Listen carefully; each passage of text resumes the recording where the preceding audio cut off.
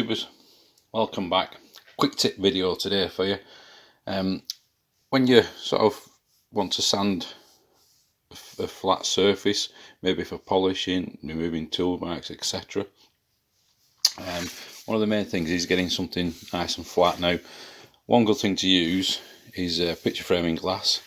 I tend to use this. It's pretty flat. It's this piece of marble or fake marble from an old fireplace around that I was cut down. It's like an off-cut piece, quite flat, so I tend to use this.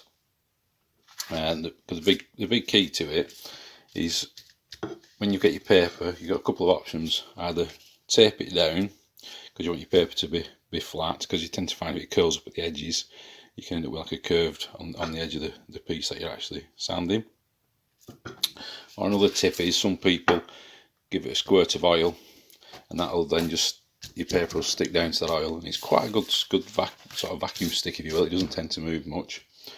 But the biggest tip I can give you, this is just a piece of scrap, just great, is when you're doing it, don't rub up and down like this, because as you do it, you tend to rock, and you will end up then with curved, the piece will be a curved piece because of the rocking motion.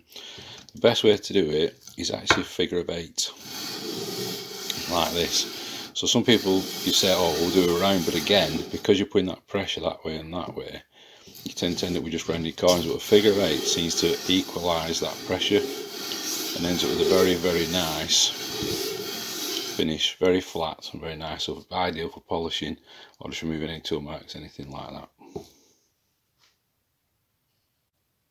Thanks for watching, YouTubers. Hope you find that tip very useful. If you won't mind sharing it, like and subscribing to the channel, telling your friends to do the same, that'll be fantastic. And until next time, it'll be right.